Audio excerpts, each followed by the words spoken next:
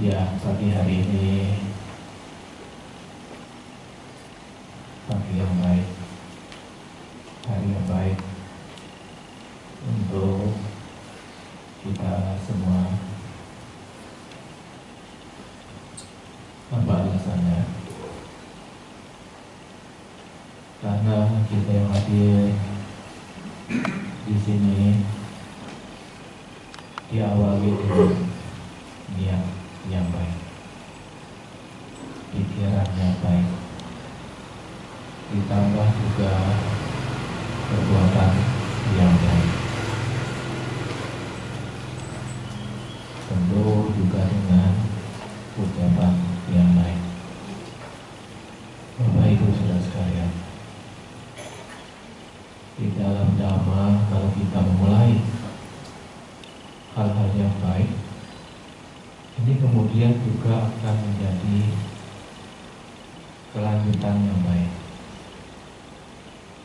Nah, itulah sebabnya para bijaksana, para Buddha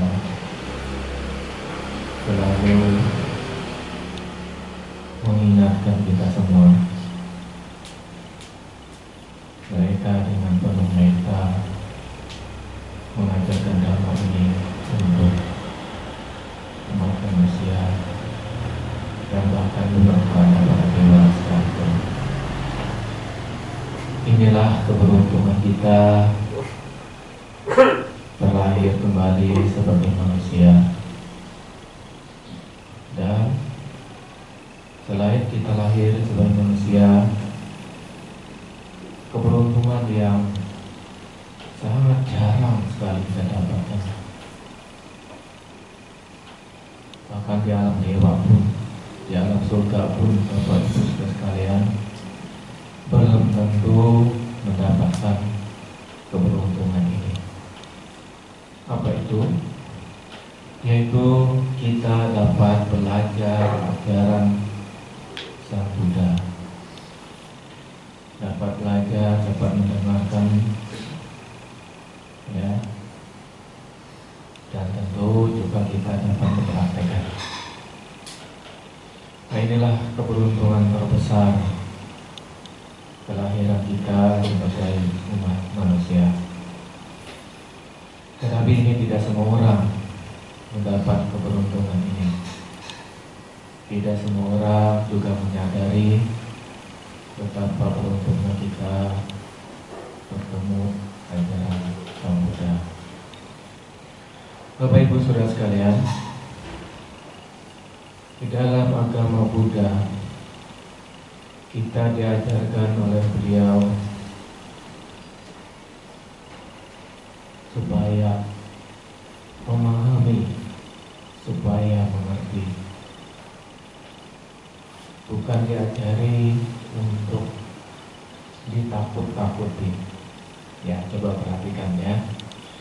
Jadi saudara beragama Buddha tidak pernah Sang Buddha menakut-nakuti. Dan juga satu, beliau juga tidak pernah memberikan janji-janji, ya. Tapi beliau mengajarkan Dhamma supaya kita memahami, supaya kita mengerti dengan baik. Dan beliau juga menunjukkan jalan ya, jalan hidup yang benar.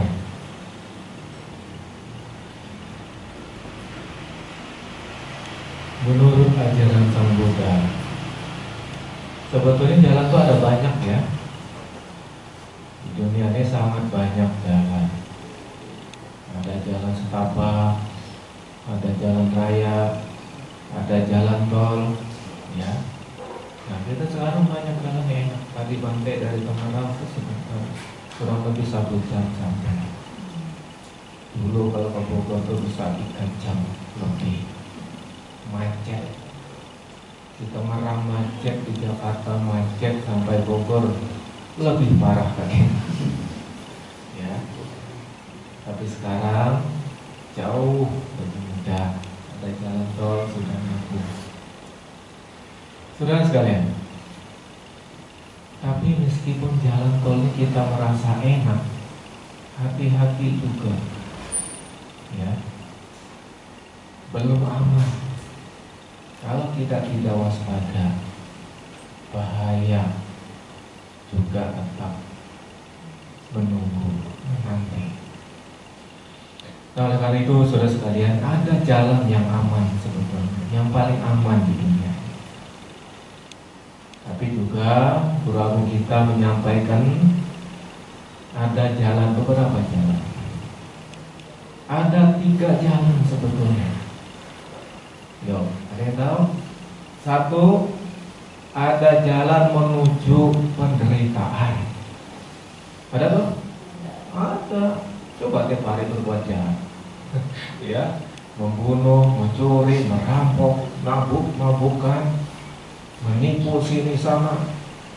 Coba, dijamin saudara sekalian, tidak usah hukum mati sebetulnya. Ya, lihat di masyarakat tuh, kalau kerjanya tiap hari merampok, mencuri, ketangkap, sebelum mati babak belur, ya toh, ditubukin oleh masyarakat. Nah, ini artinya apa? Jalan yang salah. Tetapi tidak berhenti di sini, ya. Kalau kita salah hidupnya tidak berhenti di sini, ya. Tidak berhenti pada saat ini. Nah, nanti kita juga akan melanjutkan perjalanan hidup selanjutnya. Biasanya menurut Dhamma, kalau perjalanan hidup sebelumnya tidak benar, biasa berbuat jahat, membunuh, merampok, mencuri, korupsi, mabuk-mabukan, ada tempatnya juga, ya. Nah, di dalam Dhamma itu disebutkan tempatnya berapa? Ada 4. Nah, 4 tempatnya disebut apaya, alam apaya, ya. Nah, ini tunjukkan semudah. Alam apaya itu ada 4. Ada alam niraya, ada alam hantu. Nah, mau aja jadi hantu, ya kan? Ada alam binatang, ada alam raksasa. Nah, ini semua tempat-tempat yang jahat-jahat. Nah, ini jalan menuju penderitaan, ya. Nah, jadi kalau kita tidak benar, berperilaku tidak sesuai dengan Dhamma, ada alamnya. 1 jalannya. Kemudian jalan yang kedua adalah jalan menuju ke alam bahagia. Alam bahagia itu bisa lahir dari manusia, ya. Bisa lahir jadi manusia, selebihnya lahir di alam surga. Nah, hebatnya kaum Buddha. Jadi manusia bisa lahir di alam surga, bisa. Jalan yang kedua, ya. Nah, jalan ini Bapak Ibu saudara sekalian, tidak cukup hanya kita ketahui, tidak cukup hanya kita hafal, tapi kita harus berusaha. Seperti misalnya Bapak Ibu saudara sekalian mau ke Jakarta, dari Bogor ke Jakarta. Nah, gimana caranya? Ya, bisa naik mobil atau mana, ya. Bisa naik motor. Bisa naik apa lagi? Kereta ada ya? Bisa, ya. Bisa naik kereta. Bisa naik pesawat. Ada pesawat. Nanti tunggu aja. Mungkin 10 tahun, 20 tahun lagi ada pesawat drone. Nanti orang terbang gitu, ya. Karena sekarang udah di mana-mana pakai. Bisa. Ke Jakarta bisa juga jalan kaki. Jalan. Artinya itu semua kan usaha toh? Usaha. Sama juga Bapak Ibu saudara sekalian, kalau kita pengen lahir di alam bahagia juga berusaha. Ya. Nah, jadi kalau lahir di alam manusia juga berusaha. Usahanya apa berarti? Berbuat baik. Ingat, berbuat baik itulah yang dapat mengantarkan setiap makhluk terlahir di alam bahagia. Itulah hebatnya ajaran Buddha. Ya, siapapun juga orangnya, kalau dia berbuat baik, ya, apa sih Bante yang harus saya lakukan supaya Buddha berbuat baik itu seperti apa sih? Gampang banget. Satu, banyak-banyak latihan memberi. Ya, memberi apa yang bisa kita berikan kepada orang lain. Ya, memberi itu bahasa lain adalah dana.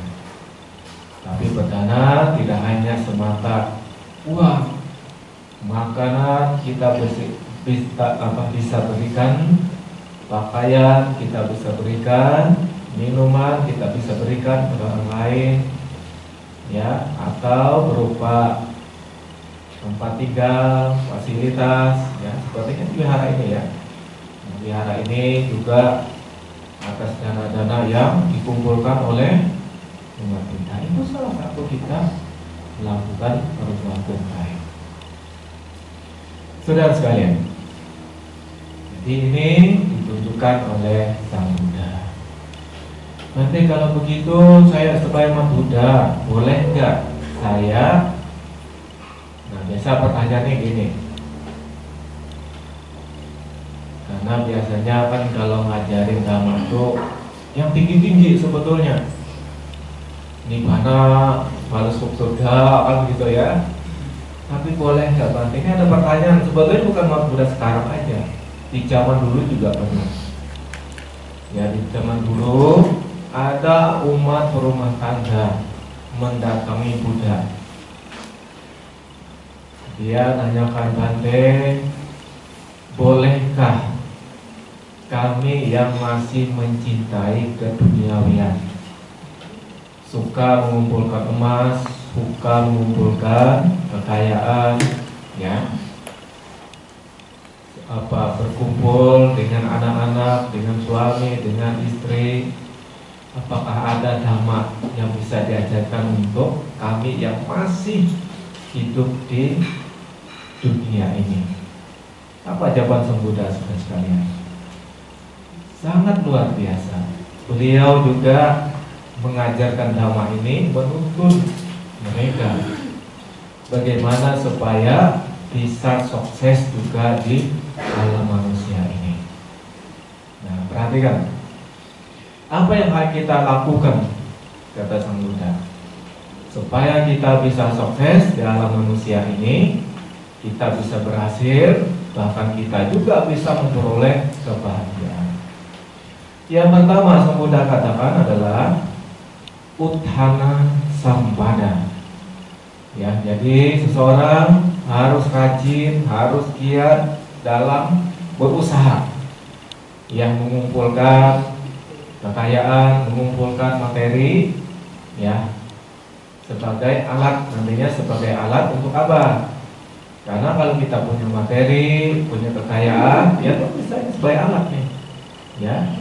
Kalau kita punya alat ini, ya, bisa tinggal yang nyaman, kemana-mana bisa punya fasilitas, ya toh. Mau ke Jakarta bisa naik mobil, nah kan enak toh. Ini juga sebagai sumber kebahagiaan duniawi. Ya, ini satu ya. Jadi harus rajin, berusaha, tekun, belajar. Nah, yang muda-muda ini juga ya harus belajar, ya, belajar, sekolah, berpendidikan yang bagus. Ini untuk modal supaya nanti tiba saatnya untuk mengumpulkan bekal untuk kehidupan duniawi. Nah, itu diajarkan oleh Sang Buddha juga. Uthana Sampada. Yang kedua, setelah Uthana Sampada, seseorang juga harus memiliki Arakha Sampada. Apa itu? Harus rajin menjaga. Jadi yang saudara kumpulkan selama ini dijaga, dirawat.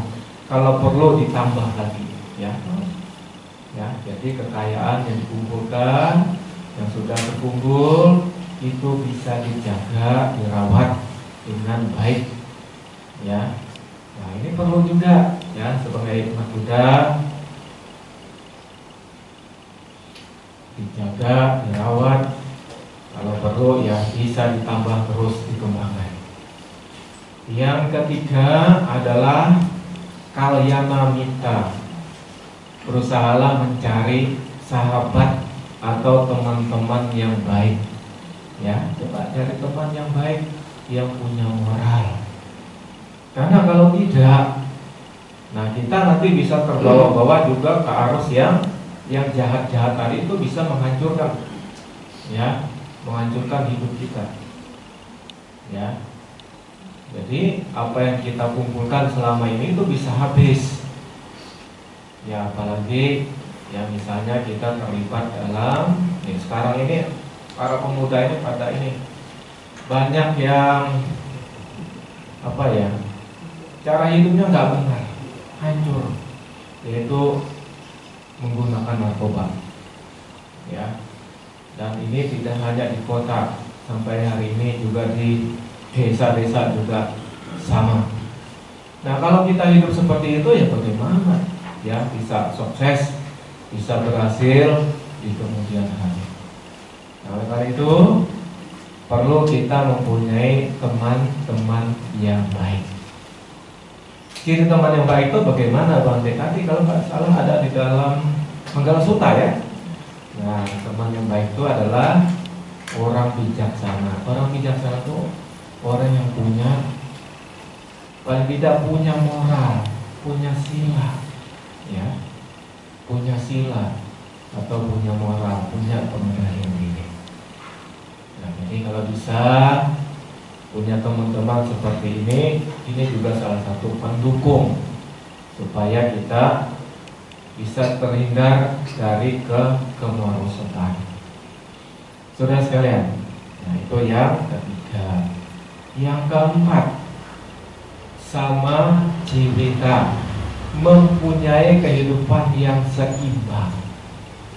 Seimbang maksudnya tidak terlalu boros, juga tidak terlalu kekir, sesuai dengan kemampuan masing-masing. Nah, misalnya kalau sehari pendapatan misalnya 5 juta, jangan coba-coba pengeluaran 10 juta, pasti bangkrut kan? Nah, itu tidak akan sukses, nanti malah utang ya. Ya, nah itu maksudnya.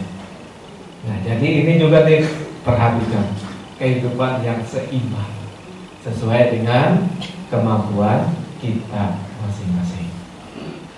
Nah, ini ya kehidupan kita sebagai umat Buddha itu perlu tahu, karena banyak umat Buddha merasa boleh nggak Bante saya ini jadi orang kaya?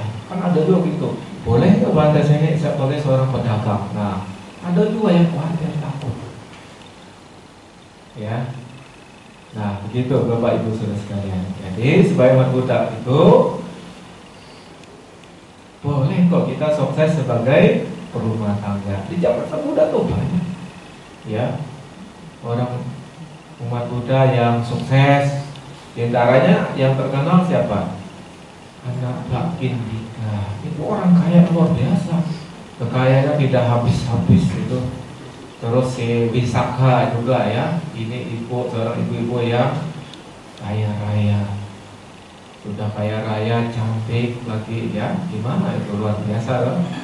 Nah, itu adalah siswa-siswa pendukung Sang Buddha zaman dulu.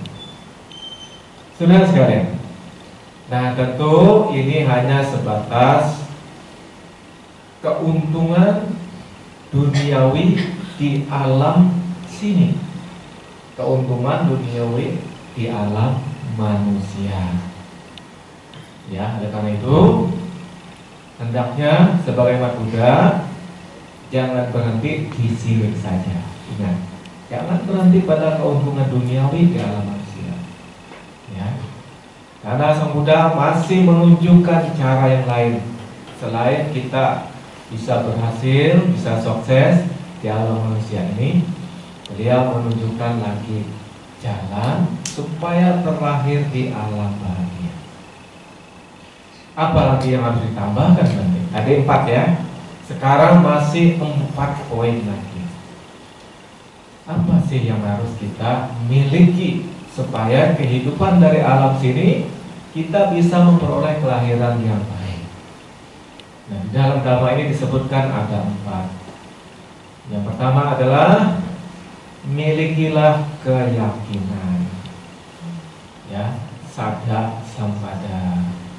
Ya, saya minta Mas Buddha tolong ya, keyakinan juga perlu kita tingkatkan, kita jaga. Nah, kalau saya melihat ini kelemahan umat Buddha, keyakinan ini kita paling lemah. Ya, saya banyak ketemu umat kita baik di kota maupun di daerah-daerah. Biasa keyakinan ini gampang banget luntur ketika apa? Biasanya kalau ketemu calon pasangan hidup. Nah, gimana ini? Awalnya rajin pelihara pagi, kalau ada bangkit pagi, siang, bahkan kadang malam rajinnya. Tapi begitu dapat pacar, tetangga sebelah hilang. Nah, ini PR kita semua loh ya.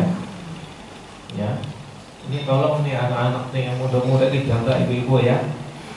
Saya banyak pengalaman ini seperti ini. Ya, sering kewihara, tapi keyakinannya belum mantap. Ya, ketika dapat pacar, pasangan hidup yang berbeda, bukannya narik, kitanya yang tarik ke sana. Ya. Nah, ini keyakinan kita apa? Kita masih lemah banget. Padahal ajaran Buddha itu apa kurangnya sebetulnya? Sangat luar biasa. Ya, tolong ini ya, yang muda-muda nih, ingat ya, didengar nih. Keyakinan harus kita jaga. Ya, keyakinan pada ajaran Buddha. Ya, keyakinan harus kita jaga. Bagaimana sih Bante jaga keyakinan itu? Nah, ini yang sulit banget kita menjaga anak-anak kita ini ya. Gimana supaya tetap menjadi generasi muda yang akan datang. Ini yang sulit banget ya. Nah, saudara sekalian, selain keyakinan, agama Buddha mengajarkan kita adalah kemoralan, sila. Nah, sebetulnya kalau berdana, memberi, menolong orang lain, bakso, itu sama dengan yang lain. Tetapi ketika sudah kita berbicara sila, inilah sebetulnya yang membedakan agama Buddha dan yang bukan agama Buddha. Ya kan? Sama-sama melarang membunuh. Ya toh, sila pertama. Nah, agama Buddha sila pertama itu usahakan menghindari pembunuhan. Tidak hanya manusia loh ya, tidak hanya manusia, tapi diusahakan selain manusia juga latihan yang bukan manusia. Nah, bisa nggak sampai di mana kemampuan kita di sini? Itu ajaran Buddha. Ya, maaf kalau yang saudara kita kan paling-paling tidak membunuh itu hanya manusia. Tapi agama Buddha itu mengajarkan yang bukan manusia juga tidak. Itu salah satu perbedaan. Yang kedua, mengambil barang yang tidak diberikan. Ini sebetulnya luas banget, pengertiannya mendalam. Kalau mencuri mungkin orang bisa beralasan. Yang penting tidak mencuri kan? Nah, mungkin ada gini, saya korupsi nggak apa-apa atau Bante. Nah, kan di dalam Dhamma Bante kan tidak menyebutkan korupsi kan tidak boleh. Nah, bisa saja. Apalagi orang sekarang pintar-pintar, cara berpikirnya kritis, ya. Yang dilarang kan cuma mencuri, berarti yang lain tidak termasuk ke sila kedua. Misalnya jadi pencopet kan termasuk mencuri, teman-teman. Nah, bisa orang sekarang gitu. Terus apa namanya, merampok kan tidak masuk mencuri, teman-teman. Korupsi tidak masuk mencuri. Nah, padahal di sini menghindari mengambil barang yang tidak diberikan oleh pemiliknya itu luas banget. Apapun juga, tidak hanya tidak mencuri, tetapi juga termasuk merampok, korupsi, dan dengan cara-cara yang salah yang lain. Itulah bedanya ajaran Buddha. Apalagi dengan alasan mencuri untuk berbuat baik, untuk berdana yang lain, itu tidak ada di dalam kamus agama Buddha. Nah, ini cara Sang Buddha mengajarkan kita. Yang ketiga, kita diajarkan menghindari perbuatan yang asusila. Ya, ini mengajarkan kita untuk apa? Untuk menjaga keharmonisan dengan siapa? Pasangan hidup dan juga keluarga kita masing-masing. Ya, menjaga kesetiaan, menjaga keharmonisan sesama pasangan hidup, sesama keluarga, baik keluarga diri sendiri dan juga orang lain. Itu cara Sang Buddha mengajarkan moralitas. Kemudian saudara sekalian, sila selanjutnya mengajarkan ucapan benar. Nah, ucapan benar ini sebetulnya tidak hanya menghindari bohong sebetulnya, tetapi ada selain ini.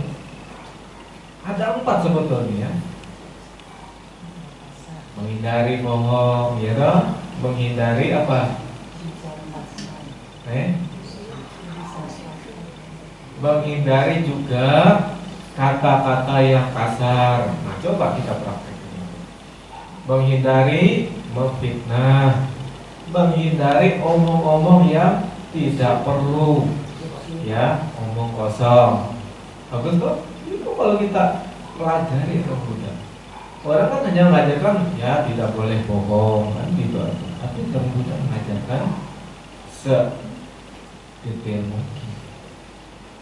Nah, dan yang kelima, kita juga diajarkan menghindari pemabukan.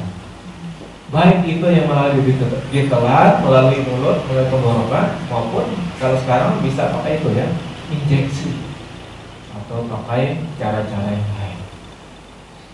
Dilarang, dihindari. Nah, mengapa Bante kita harus menghindari ini? Nah, pertanyaan lagi ini sering. Betul, kenapa kita harus mempunyai sila? Kenapa kita ini harus praktik sila kok Bante? Itu susah-susah banget hidup ini. Gitu? Apa alasannya kira-kira? Pasti ada alasannya Buddha teman. Ada yang tahu alasannya kenapa kita ini harus melatih dhamma ini dalam kehidupan kita sehari-hari? Ada alasannya. Kenapa? Nah, salah satunya karena setiap makhluk ingin hidup bahagia. Betul, salah satunya itu ingin hidup bahagia.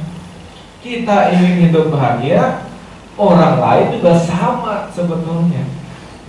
Kita ingin hidup bahagia, makhluk lain juga ingin hidup bahagia. Ya. Nah, ini Sang Buddha menemukan rumus ini, bagaimana supaya ini bisa diterapkan. Dia punya sila.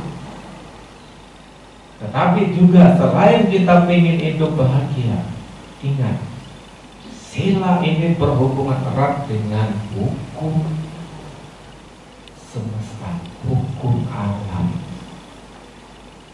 Berhubungan erat sekali. Ya, ini hukum, ini berhubungan dengan hukum Bapak Ibu sekalian, dengan hukum alam. Jadi hukum moral itu hukum alam juga. Ya. Nah, sila dilaksanakan, bisa kita mendapatkan kehidupan bahagia. Tapi kalau sila tidak dilaksanakan, apa yang dapat? Kehidupan menderita, hukum. Ya.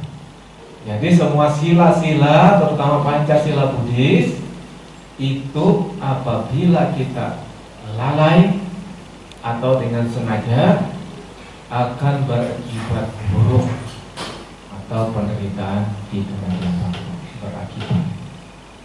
Ya, berakibat. Siapa sih Bante yang membuat ini? Apakah Buddha yang membuat? Ya. Atau siapa yang membuat ini? Kok melanggar sila menderita Bante? Apakah Buddha? Jawabannya tidak. Siapa yang membuat? Tidak ada yang membuat. Ini adalah hukum alam.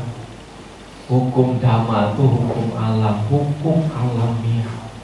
Oleh karena itu sila ini adalah sebagai hukum alamiah. Pakati sila.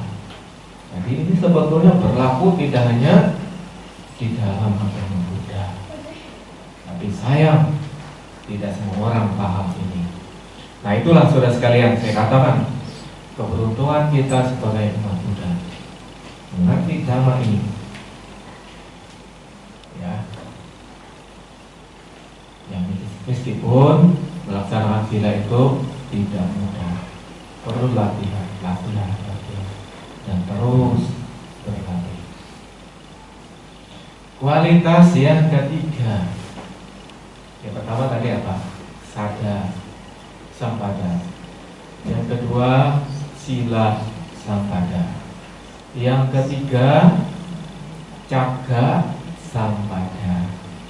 Nah, jadi umat Buddha juga dianjurkan mengembangkan diri untuk apa? Peduli. Kalau peduli ya, ringan tangan. Peduli, caga itu adalah kepedulian. Ya, hampir sama sebetulnya dengan dana. Tapi kalau saya melihat ini lebih luas ya. Caga itu adalah kepedulian, ingin menolong orang lain. Memberi juga sebetulnya, memberi juga. Ya, memberi perhatian, memberi bantuan, memberi materi, ya, memberi pertolongan. Intinya adalah pengen meringankan penderitaan orang lain, pengen berbagi. Nah, umat Dhammacakku sering nggak itu baksos? Sering ya? Nah, itu dia salah satunya adalah praktek jaga. Sering nggak dana sama Bante? Sering, ya toh, seminggu berapa kali? 2 kali kalau kita yang saya dengar gitu. Tadi ngintip ini. Itu salah satu prakteknya, ya. Apalagi berbuat baik dengan dana ini dengan tulus, ya, dengan niat yang tulus, yang ikhlas, dengan bahagia. Nah, ini saudara sekalian yang menjadi sumber kebahagiaan. Itu salah satu praktek. Nah, ini kita biasakan. Selama kita hidup di alam manusia, kita biasakan. Ini kualitas yang ketiga ya. Nah, ditambah juga kualitas yang keempat, panyasampada. Nah, saya minta kita pelihara ini tujuannya adalah yang utama supaya kita mengerti. Kami para biku selalu mengajarkan umat Buddha itu supaya mengerti, ya, mengerti Dhamma ini, ya, mengerti Dhamma. Jadi gunakan kesempatan, ya, kalau ada Bante yang tinggal di sini ataupun tidak, gunakan kesempatan untuk belajar Dhamma. Paling tidak kita mengerti. Pengertian itu sudah sekalian yang akan mendorong kita mempraktikkan hal-hal yang baik. Nah, pengertian ini paling tidak bisa membedakan mana baik, mana tidak baik, kan gitu ya. Mana berguna, mana yang tidak berguna. Itu sederhana aja. Nah, coba kalau kita nggak ngerti Dhamma, mana ngerti yang baik, mana ngerti yang tidak baik, mana ngerti yang bermanfaat atau tidak. Pokoknya lakuin, yang penting senang. Kan gitu lah biasanya, senang ya ikut aja. Nah hal ini bisa jadi nanti merugikan. Itulah salah satu pengertian yang benar atau kebijaksanaan. Ya syukur-syukur pengertiannya tambah lagi, tambah luas, tambah mendalam, tambah bijaksana. Ya mengerti apa tadi? Manfaatnya kita berbuat baik, manfaatnya kita melaksanakan dana, manfaatnya kita melaksanakan moralitas sila. Paham ya? Apa gunanya melaksanakan sila? Ayo, harus paham ini. Jadi Buddha tidak boleh kita mengikuti secara membabi buta itu bukan ajaran Buddha. Ya, jadi kita harus paham apa manfaat melaksanakan sila. Tadi di depan Nabi Bante sudah sampaikan. Silena Sugati Yanti. Apa artinya? Tiap minggu teh diulang ya. Silena Sugati Yanti. Dengan melaksanakan sila, Bapak Ibu sudah sekalian, siapapun juga dapat terlahir ke alam bahagia, alam Sugati. Sugati itu alam surganya umat Buddha. Ada berapa Bante? Banyak. 20 lah. Terus berapa di 9? Banyak Bante. Banyak. Dalam 31 alam di pertama alam manusia hanya sata ya yang sama apa ya 4. Apanya 4? Yang 4 tuh di bawah.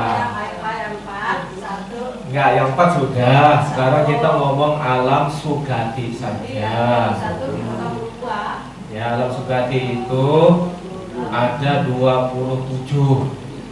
27 toh? Alam Dugati berapa? 4. Dugati itu menderita. Nah, alam Sugati itu termasuk manusia ya. Manusia itu tengah-tengah. Ada bahagia, ada menderita. Nah selebihnya itu alam surga, Bapak Ibu saudara sekalian. Silena Sugati Yanti. Nah, siapapun yang punya moral yang baik bisa terlahir di alam ini. Ingat, Sang Buddha untuk dapat terlahir di alam surga tidak pernah mengajarkan kita untuk meminta. Meskipun kita minta nggak dilarang loh ya, nggak dilarang kita minta.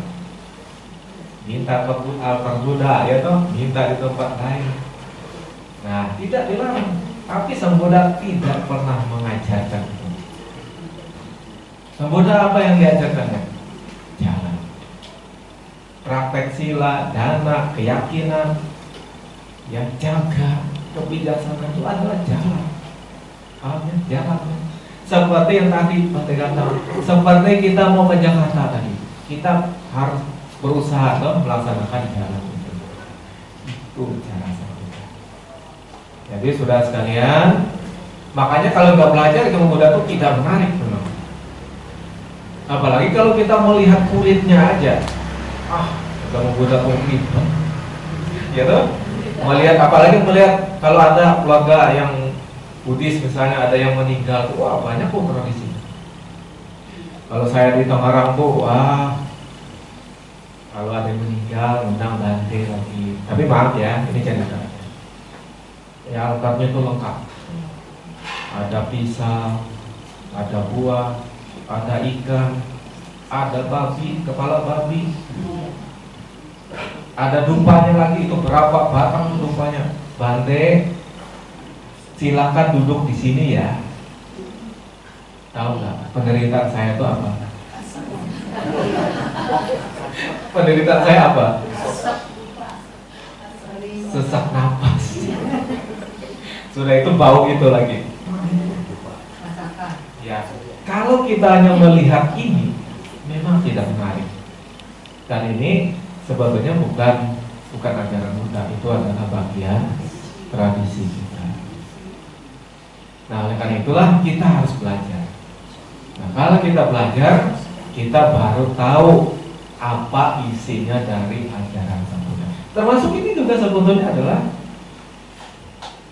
kulitnya Ya, ini altar segala macam itu hanya kulitnya. Ya, kulitnya baru kulit. Jadi kalau kita hanya melihat kulit itu belum tahu rasanya kan? Seperti durian rasanya gimana nggak tahu, cuma lihat duri itu wah ini nggak enak. Tapi begitu makan 10 biji habis. Ya itu makanya ya gitu kamu Buddha tuh begitu. Jadi kalau kita tidak belajar itu tidak menarik memang. Tapi kalau kita mau belajar maupun seperti pada hari ini nanti muncul pengertian. Ya, pengertian itu yang akan mendorong kita bisa mendorong keyakinan tumbuh, ya toh. Dengan keyakinan yang kita miliki nanti mendorong apa? Perilaku baik. Sila bisa dilaksanakan dengan pengertian yang tumbuh nanti muncul dalam hati pengen berbuat baik, ya toh. Itu semua dari sana kan. Nah, Bapak Ibu Saudara sekalian, itulah kualitas yang bisa mengantarkan kita lahir di alam bahagia. Sadar, sila, jaga, kebijaksanaan. Nah, ini kalau kita mau sukses di alam sini dan di alam selanjutnya. Kalau di alam sini apa? Uthana sampada, rajin, tekun, giat, belajar. Ya. Kemudian kita mengumpulkan apa yang perlu kita kumpulkan. Selama kita masih kuat, masih punya energi, ya, terutama yang muda-muda, kita kumpulkan. Nah, nanti kalau sudah waktunya loyo, nggak bisa loh. Nah, bagaimana kita kumpulkan? Sudah waktu pensiun kita nggak bisa. Jadi saatnya kita masih kuat, kita kumpulkan.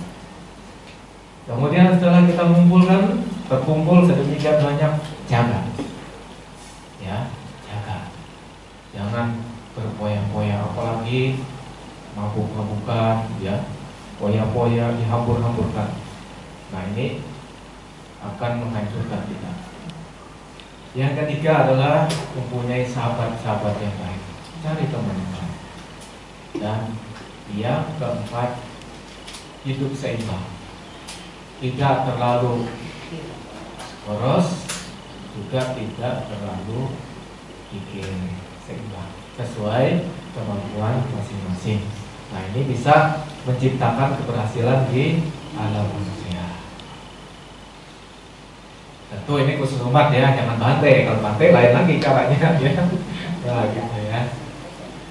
Nah, kemudian kelahiran di alam selanjutnya punya keyakinan, punya sila, punya rajin berbuat baik, berdana, dan juga memiliki kebijaksanaan. Itu jalan, ya, jalan menuju alam bahagia. Saudara sekalian, tapi kalau saudara juga sudah bosan, tidak mau lagi di alam surga, masih ada jalan. Apa jalan? Jalannya masih ada jalan lagi, pilihan ketiga, mencapai kebebasan. Nah, karena saudara sekalian, keuntungan duniawi meskipun sudah mencapai kelahiran di alam-alam bahagia, alam surgawi, itu masih berisiko. Karena alam-alam kehidupan ini masih tidak kekal. Ada waktunya. Ya, kalau perbuatan baiknya habis, mati lagi. Tapi mati di sini nggak berhenti. Habis mati lahir. Tahu nggak resiko lahir apa? Ada yang tahu resikonya lahir? Kasihan. Risiko lahir. Satu, saya pasti mengalami usia tua, ya kan? Oke lah, kalau dulu orangnya cakep, ya, kulitnya mulus, rambutnya hitam, giginya utuh, coba tunggu. Usia 60 tahun, 70 tahun, apa yang terjadi? Gak usah uban, rambutnya putih saja. Ya dong? Saya tanya sama mama. Ya, dulu kulitnya mulus, sekarang sudah mulai keriput. Ya dong? Pendengarannya tajam dulu ya, sekarang mulai kurang. Makanya kalau manggil mama harus kencang ya. Ya. Nah, gitu. Risiko.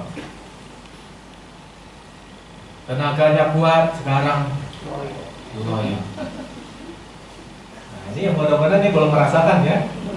Belum. Iya benar itu, lupa. Termasuk saya juga udah sering lupa ya. Ya, yang penting jangan lupa diri aja. Ya itulah proses. Kemudian saudara sekalian, pasti juga kita alami adalah sakit.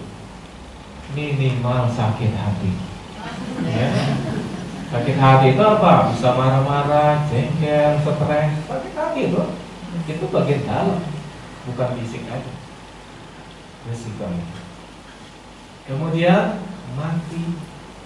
Yang kita nggak mati. Jadi sebetulnya kita mati itu hanya mengulangi aja. Usia tua, sakit, mati, berpisah dengan orang-orang kita cintai, berkumpul dengan orang-orang yang tidak kita cintai, menerima akibat karma. Itu mengulangi saja, mengulangi. Itulah resiko hidup. Ya. Jadi banyak itu ibu-ibu kalau datang, Bante, maaf Bante, saya jarang punya anak. Kaki saya tuh sakit Bante. Saya tidak sampai hati ngomong, ya gantinya dengan kaki palsu. Nah, tapi kita berusaha menyampaikan, ya sebetulnya semua mengalami sakit. Ya Bante juga sakit, saya bilang ya. Itu resiko. Itu resiko ya. Kelahiran di alam ini. Nah, supaya tidak tua, sakit dan mati, bagaimana nanti? Mengambil jalur yang paling baik. Tapi ini tidak mudah. Kita perlu mengumpulkan kebajikan. Mungkin dalam satu kehidupan belum sempat, melanjutkan lagi kehidupan berikutnya. Terus kita kumpulkan kebajikan itu. Ya seperti murid sang Buddha zaman dulu. Kedengaran itu gampang banget. Mendengar kata dana, pada bisa atau mencapai kesucian. Mana mendengar kata dana doang. Mendengar kata sila, mereka bisa mencapai kesucian. Kenapa? Karena kebajikan mereka itu sudah mantap. Bagaimana dengan kita? Kita perlu mengumpulkan juga. Itu loh sebetulnya. Kita kumpulkan. Nah inilah tugas kita sekarang adalah mengumpulkan kebajikan supaya juga di kemudian waktu, apakah Buddha yang sekarang atau Buddha yang akan datang, kita juga seperti para suciwan yang dulu-dulu. Ya, begitu mendengar sang Buddha dan tersentuh tadi. Capai kesucian. Itulah tujuan kita yang terakhir. Tertinggi. Bukankah ini luar biasa? Dan ini maaf, hanya Buddha yang menunjukkan jalan ini. Jadi kalau udah bosan, mati lahir, ada perintah kita supaya tidak lahir. Dhamma hawe rakhati dhammacari. Dhamma akan melindungi yang mempraktekkannya. Nah, Dhamma akan melindungi yang mempraktikkan. Dhammo sucino sukha mawalaki. Praktek Dhamma juga akan mendatangkan kebahagiaan. Ya, jadi kebahagiaan itu dari buah perbuatan baik. Esa nisangsa dhame sucine. Manfaat yang lain dari praktek Dhamma. Nakukati dhammacari.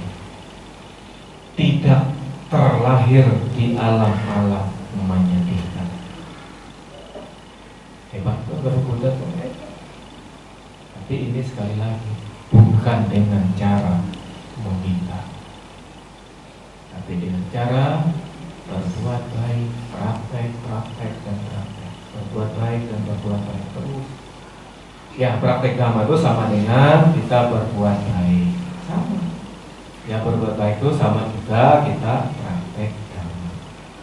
Ya, paham ya? Ya, saya kira ini yang saya sampaikan pada kesempatan siang hari ini.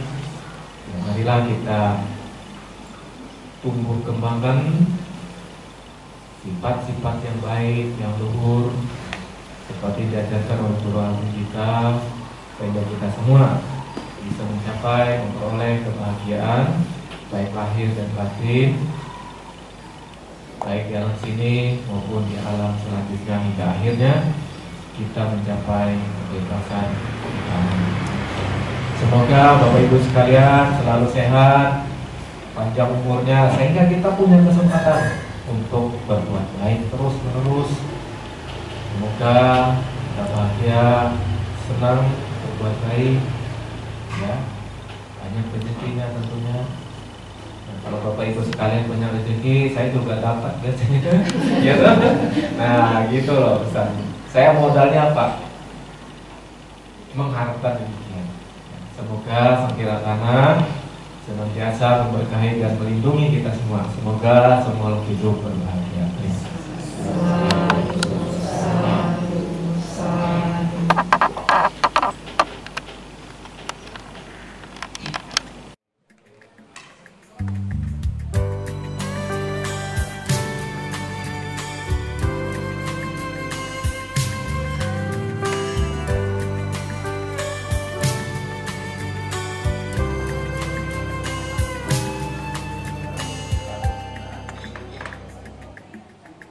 Bila saja hidup di dunia jauh dari sifat serakah, jauh dari sifat saling membenci, pastilah kan hidup bahagia. Namun bila hidup di dunia penuh dengan angkara murka, penuh dengan sifat kemunafikan, pastilah kan hidup sengsara.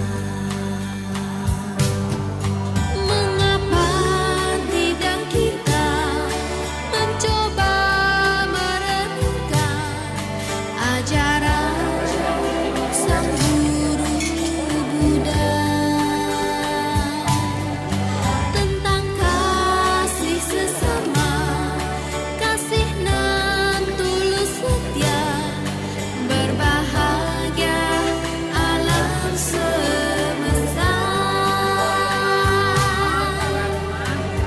Teman, seandainya saja kita dapat melupakan dendam yang tersisa, kita dapat melepaskan topeng kemunafikan, kita dapat menjauhkan keserakahan.